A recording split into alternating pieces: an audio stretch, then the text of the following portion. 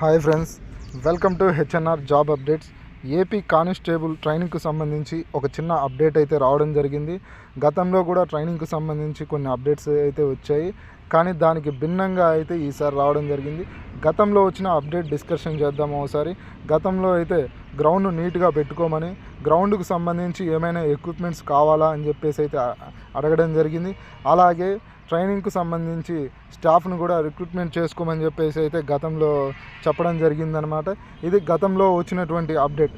అయితే ప్రస్తుతం వచ్చిన అప్డేట్ ఏంటి అంటే, గతానికి భిన్నంగా ఈసారి అయితే టోటల్ 9 మంత్స్ ట్రైనింగ్కు సంబంధించి ఎంత ఖర్చు అవుతుంది, దేనికి ఎంత ఖర్చు అవుతుంది, ఎంతమందికి మీ ట్రైనింగ్ సెంటర్లో ట్రైనింగ్ ఇవ్వగలరు అనే దాని గురించి వివరణ కోరుతూ ప్రతి దానికి బిల్ కోడ్ చేయమని చెప్పేసి అయితే ట్రైనింగ్ సెంటర్స్కి అయితే అప్డేట్ అయితే రావడం జరిగిందనమాట. గతంలో అయితే కేవలం గ్రౌండ్ గురించి, రిక్రూట్మెంట్కి సంబంధించినటువంటి స్టాఫ్ గురించి మాత్రమే అప్డేట్ ఇవ్వడం జరిగింది. కానీ ఈసారి అందుకు భిన్నంగా టోటల్ ఎక్స్పెండిచర్ ఎంత ఖర్చు అవుతుంది, ప్రతిదానికి ఎంత బిల్ అవుతుంది కోడ్ చేసి పంపించడం జరిగింది. దీన్ని బట్టి చూస్తే యాజ్ సూన్ యాజ్ పాసిబుల్ త్వరలో అయితే మెయిన్స్ ఎగ్జామ్ కండక్ట్ చేసి మేబీ అభ్యర్థులను ట్రైనింగ్కి పంపే ఆలోచనలో అయితే ఉన్నట్లుంది. అలాగే మీ ట్రైనింగ్ సెంటర్లో ఎంతమంది అభ్యర్థులకు మీరైతే ట్రైనింగ్ ఇవ్వగలరు నెంబర్ కూడా కోడ్ చేయమని చెప్పేసి అయితే పంపించడం జరిగిందనమాట అప్డేట్. ఇది మరి ఈ రోజుకు సంబంధించి ట్రైనింగ్ సెంటర్స్కి వచ్చినటువంటి అప్డేట్. మరి ఏ చిన్న అప్డేట్ ఉన్నా మీ ముందుకైతే తీసుకొస్తాను. అలాగే మనకు హోంగార్డ్ రిజర్వేషన్ అయితే ఏపీ సివిల్ కానిస్టేబుల్ అలాగే ఏపీఎస్పీలో అయితే ఉండడం జరిగింది. ఆ రిజర్వేషన్ వల్ల ఎంత నష్టం వాటిల్లుతుంది అభ్యర్థులకు, ఎన్ని పోస్టులు లాస్ అవుతారు, ఏ కేటగిరీలో ఎన్ని పోస్టులు లాస్ అవుతారు అనే విషయాన్ని కూడా ఈ వీడియోలో చెప్పడం జరిగింది. ఎవరికైనా ఇప్పటి వరకు హోంగార్డ్ రిజర్వేషన్లో ఎన్ని పోస్టులు నష్టపోతున్నామనే విషయం తెలియకపోతే ఒకసారి ఈ వీడియో కంటిన్యూ చేస్తూ చూడండి. Hi friends, welcome to HNR job updates. ఈ వీడియోలో ఉన్నటువంటి ఇన్ఫర్మేషన్ అయితే కానిస్టేబుల్కి ప్రిపేర్ అవుతున్నటువంటి ప్రతి అభ్యర్థి, అంటే ఈ నోటిఫికేషన్లో మెయిన్స్ ఎగ్జామ్కి ప్రిపేర్ అయ్యే అభ్యర్థే కాకుండా ప్రస్తుతం ఫ్రెష్గా కూడా కానిస్టేబుల్కి ప్రిపేర్ అవుతున్న ప్రతి అభ్యర్థి కూడా ఈ ఇన్ఫర్మేషన్ అయితే ఖచ్చితంగా తెలుసుకొని ఉండాలి కూడా. ఒకసారి డైరెక్ట్గా మనం టాపిక్లోకి వెళ్ళిపోదాం.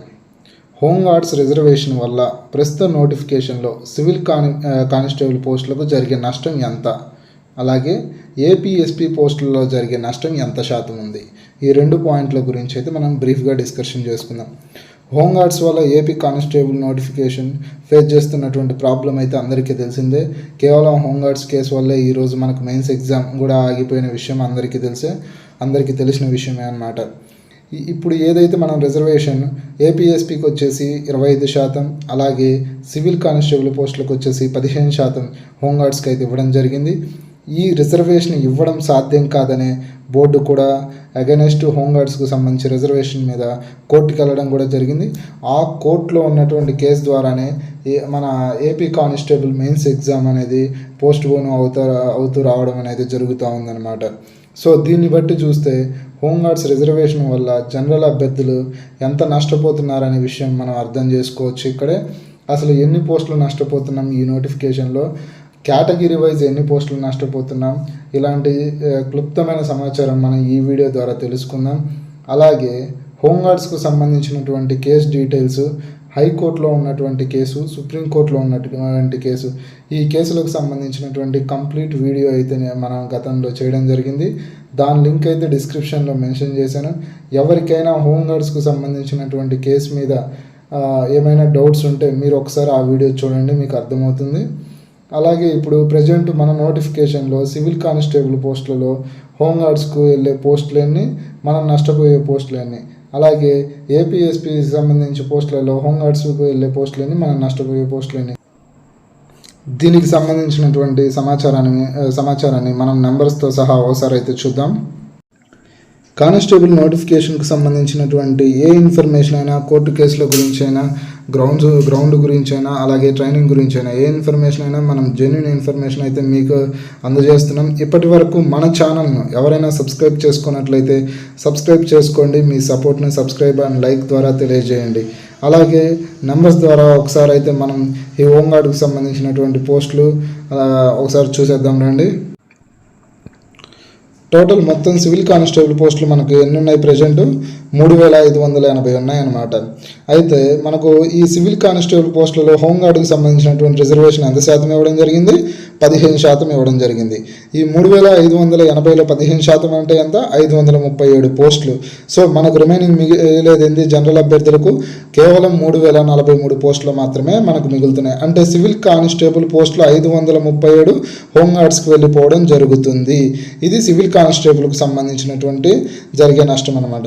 అలాగే మనకు ఏపీఎస్పీకి సంబంధించి సివిల్ కానిస్టేబుల్ మీద కూడా కంటే కూడా మనకి ఎక్కువ నష్టం చేకూరుతుంది. ఏపీఎస్పీ పోస్టులు 2520 అయితే మనకి ఉండడం జరిగింది.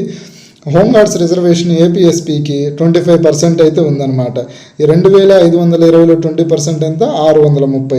సో ఈ 2520లో 630 పోస్టులు పోతే 1890 పోస్టులు అయితే మనకు ఉంది. ఇప్పుడు టోటల్ సివిల్ మరియు ఏపీఎస్పీకి సంబంధించి మనకు పోస్టులు మొత్తం ఎన్ని?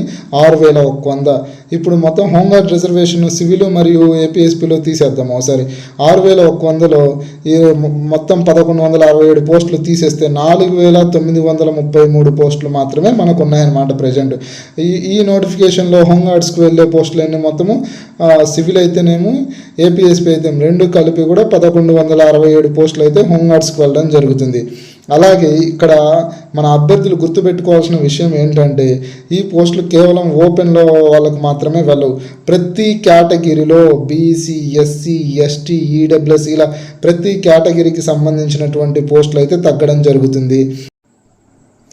ఇలా జనరల్ కేటగిరీలో, ఓవరాల్ కేటగిరీస్లో పోస్టులు తగ్గడం వలన మనకైతే కాంపిటీషన్ పెరిగే ఛాన్సెస్ అయితే చాలా ఎక్కువగా ఉందన్నమాట. ఇప్పుడు ఒక చిన్న ఎగ్జాంపుల్ చూద్దాం. హోంగార్డ్స్కి సంబంధించి పోస్టులు పెరగక ముందు ప్రతి కేటగిరీలో ఎన్ని పోస్టులు ఉన్నాయి, అంటే హోంగార్డ్స్కి సంబంధించి రిజర్వేషన్ తీసేయక ముందు ప్రతి కేటగిరీలో ఎన్ని పోస్టులు ఉన్నాయి, అలాగే హోంగార్డ్స్కి సంబంధించి రిజర్వేషన్ తీసేసిన తర్వాత ప్రతి కేటగిరీలో ఎన్ని పోస్టులు ఉన్నాయనేది ఒక చిన్న టేబుల్ ద్వారా మీకైతే తెలియజేస్తాను. ఒకసారి ఆ టేబుల్ కానీ మీరు కంప్లీట్ అబ్జర్వేషన్ చేసినట్లయితే వేరియేషన్ అనేది మీకే అర్థమవుతుంది. ఒకసారి ఆ టేబుల్ చూద్దాం. ఒకసారి టేబుల్ చూసినట్లయితే ఇవి ఏపీఎస్పీకి సంబంధించినటువంటి పోస్టులు అనమాట. మనకి ఏపీఎస్పీ మొత్తం ఎన్ని పోస్టులు ఉన్నాయా అంటే 2520 పోస్టులు ఉన్నాయి. ఆఫ్టర్ హోంగార్డ్ రిజర్వేషన్ 25% తర్వాత మనకి ఎన్ని పోస్టులు వచ్చాయి? 1840 పోస్టులు వచ్చాయి. ఇక్కడ పైన గ్రీన్ కలర్లో ఉన్నాయి కదా, అవనేది 2520 పోస్టులు అనమాట. ఏది మనకు హోంగార్డ్ రిజర్వేషన్ తీసేయక ముందు ఉన్నటువంటి పోస్టులు అవి. ఒకసారి అవి చూద్దాం. ఓపెన్లో ఎన్ని పోస్టులు ఉన్నాయి అనేది చూద్దాం.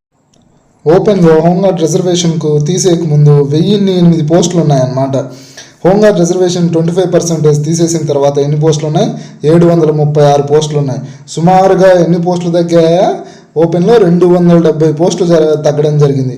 అలాగే ఈడబ్ల్యూఎస్లో 252 పోస్టులు ఉన్నాయి. ఆఫ్టర్ హోంగార్డ్ రిజర్వేషన్ తర్వాత 184 పోస్టులు, సుమారు 70 పోస్టులు తగ్గడం జరిగింది. అలాగే బీసీఏలో 176 పోస్టులు ఉన్నాయి. ఏది మనకు 2520 పోస్టుల్లో అప్పుడు. అదే హోంగార్డ్ రిజర్వేషన్ తీసాక 184 పోస్టులు, 70 పోస్టుల దాకా అటు ఇటు తగ్గడం జరిగింది. బీసీసీలో 25 పోస్టులు ఉన్నాయి, 19కి వచ్చింది, 8-9 పోస్టులు తగ్గడం జరిగింది ఇక్కడ. అలాగే బీసీడీలో 176 పోస్టులు ఉన్నాయి, తర్వాత 128 తగ్గింది. బీసీఈ 101, 74కు తగ్గింది. ఎస్సీ 378, 276కు తగ్గడం జరిగింది. ఎస్టీ 152, 111 తగ్గడం జరిగింది. ఒక్కసారి మీరు చూసినట్లయితే కంప్లీట్గా హోంగార్డ్ రిజర్వేషన్కు ముందు, హోంగార్డ్ రిజర్వేషన్కు తర్వాత ప్రతి కేటగిరీలో మినిమం అయితే 50 నుంచి 70, కొన్ని కేటగిరీలో 200, 300, కొన్ని కేటగిరీలో 150, అలా ప్రతి కేటగిరీలో అయితే పోస్టులు తగ్గడం జరిగిందనమాట. ప్రతి ఒక్క అభ్యర్థి తెలుసుకోవాల్సిన విషయం ఏంటంటే హోంగార్డ్ రిజర్వేషన్కి ముందు, రిజర్వేషన్ తర్వాత పోస్టుల సినారియో ఏంటి అనేది తెలుసుకోవాలి. అలాగే హోంగార్డ్స్కి సంబంధించినటువంటి కేస్ అనాలిసిస్ కూడా మన వీడియోలో అయితే చెప్పడం జరిగింది, అది డిస్క్రిప్షన్లో మెన్షన్ చేశాను. ఈ కంటెంట్ మీకు కానీ యూజ్ఫుల్ అనిపించినట్లయితే మన ఛానల్ని సబ్స్క్రైబ్ చేయండి, లైక్ చేయండి.